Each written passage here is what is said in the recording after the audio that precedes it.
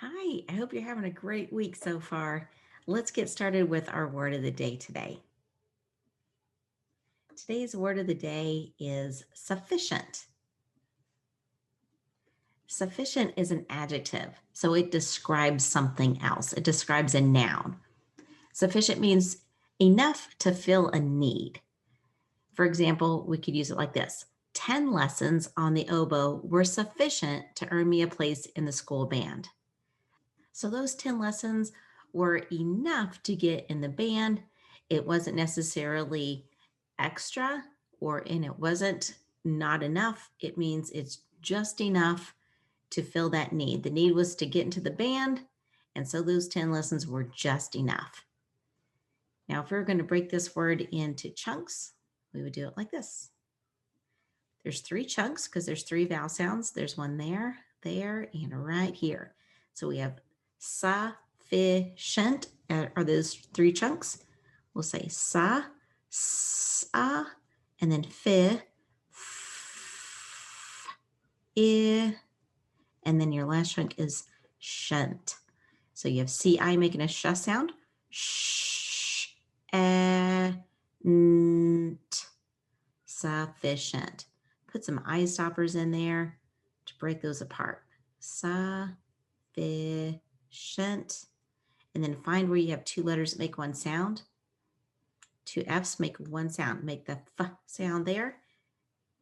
CI makes your sh sound. Sufficient. So if you had a sufficient amount of rest, you've probably had just enough you need so you're not tired in the morning. If you have a sufficient amount of food, then you're not hungry all the time. You have exactly what you need. Now, it doesn't mean that you have a lot of extra, but it's what you need. All right, I'm going to clear this off and head over to that word attack screen. Think of a way you can use sufficient. I hope you've had sufficient practice with using some of these words in sentences as you go through the week. All right, you can pause the video here and get your words down that you want to work on, and then check your work with mine. Number one, I see an right here in this word, and that's pretty much it. So I'm just going to sound this out. On, con, that's one chunk. Cern, concern, concern. If you have a concern, you're maybe worried about something a little bit. You're thinking about it a lot, and you're concerned about something. All right, number two. I see an E and A right next to each other. Normally, they work together to make one sound, but not in this word. But you may not know that ahead of time. So you could always try the long E sound first and then see what happens. We also have an E at the end of this word. That's a decorative E, because remember, all English words that end with a V sound have an E at the end. So if you wanted to try a long E sound here, you could go creative. That's not a word. So let's try separating them. And let's do and then creative. If you're creative, you come up with lots of ideas. In number three, I see a shun right here. I also see an in this spot here. And now I'll sound it out. Con, ver, conver, I notice a here because it's right next to this shun with the T. Shuns with the T, whenever you have an A in front of them, it's going to be a long A sound. Conversation, conversation. You're going to talk to someone, you're going to have a conversation. In number four, I see OU right next to each other. That can have four different sounds. And that's all I see. Maybe this could be an We could try that. We could try here and see if that works.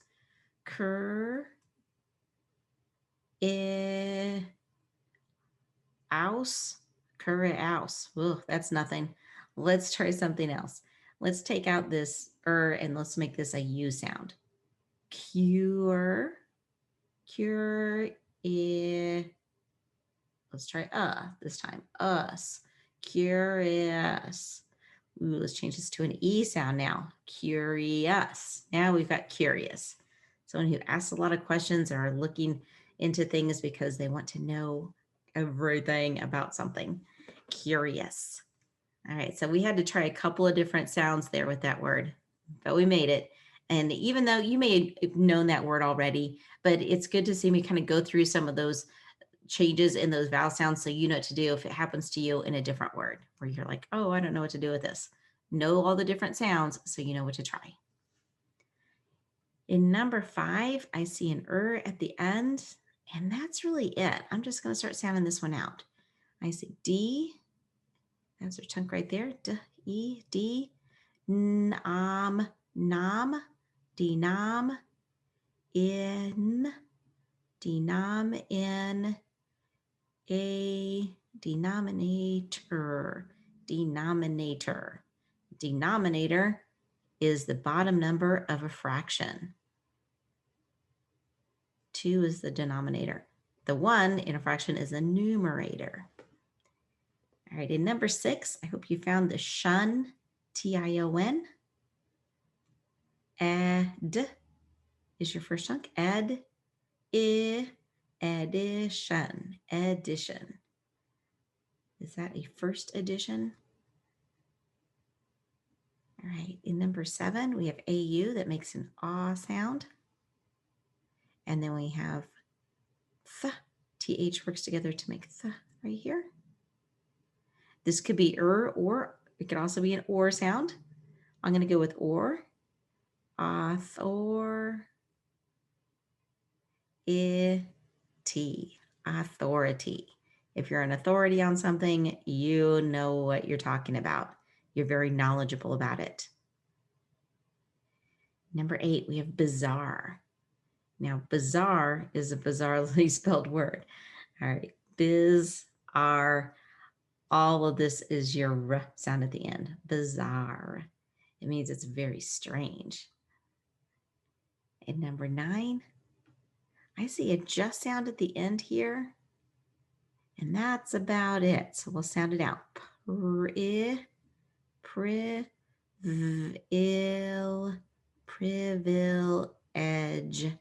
Privilege. If you have a privilege, that means you get to do something that maybe other people might not be able to do. Number 10.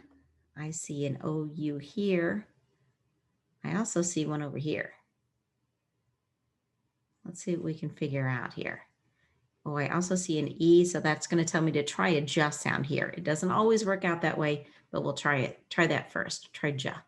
So we have out is our first chunk, out. Ooh, I also see a consonant E right here. Look at that. I missed it the first time. Rage, rage, outrage, us. We have an sound here and sa, outrageous.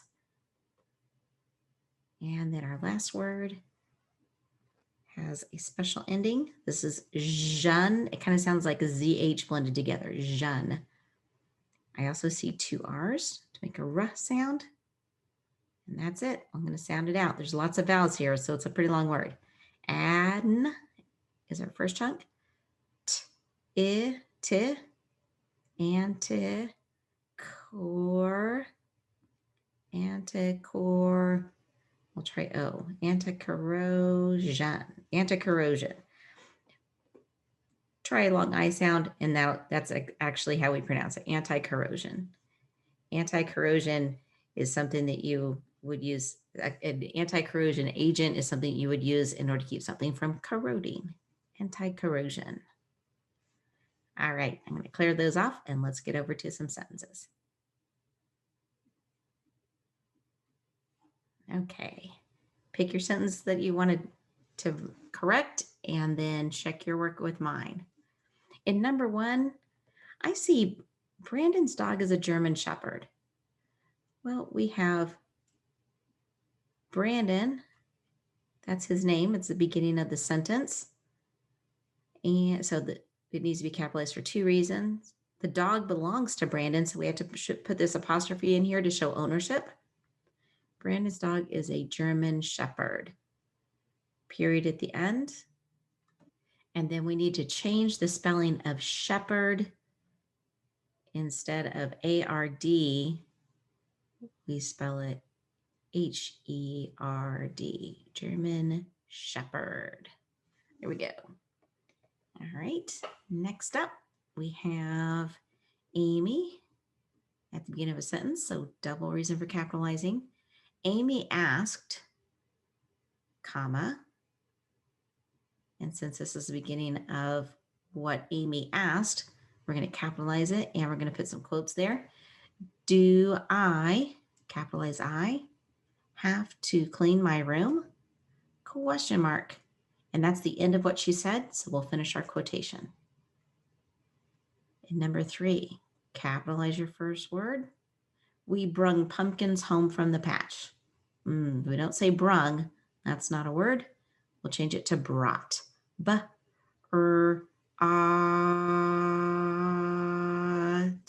Brought. And this word O-U-G-H makes that ah sound. So I hold that while I write all those letters in it. So don't forget that it takes a lot of letters to make that. All right, pumpkins home from the patch. Period at the end. And we're done. If you wanted to make this sentence a little bit better, you could probably put the word pumpkin in there from the pumpkin patch, but you probably figured it out since we're talking about pumpkins already. All right, we'll capitalize at the beginning. We go to Roosevelt Elementary School. Well, that's the name of a school. This sounds like a sentence, so let's put that period at the end. We'll capitalize Roosevelt Elementary and School, because all 3 of those words are part of the name of a specific school. It's a proper noun. And number 4, whenever we have a word that begins with a vowel sound, if we're trying to use a, we need to change that to an. So we'll take that out. We'll make a capital A there. An audience member yelled too loudly. We need the homophone for this one, 2 O's, meaning more than what we need, too loudly, period at the end.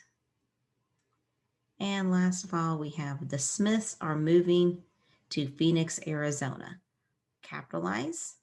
Smiths, it's a name of a family, so we'll capitalize that. We're going to take out this apostrophe. The Smiths, there's more than one Smith in this family, so this would be plural then, just adding the S. The Smiths are moving to Phoenix, Arizona. Since this is the name of a city, we're going to capitalize that. And this is a state, so we'll capitalize that. And between a city and a state, we need to have a comma. Phoenix, Arizona, period at the end. And that's it. We got it done. All right, I will see you tomorrow in your next video. Take care. Bye-bye.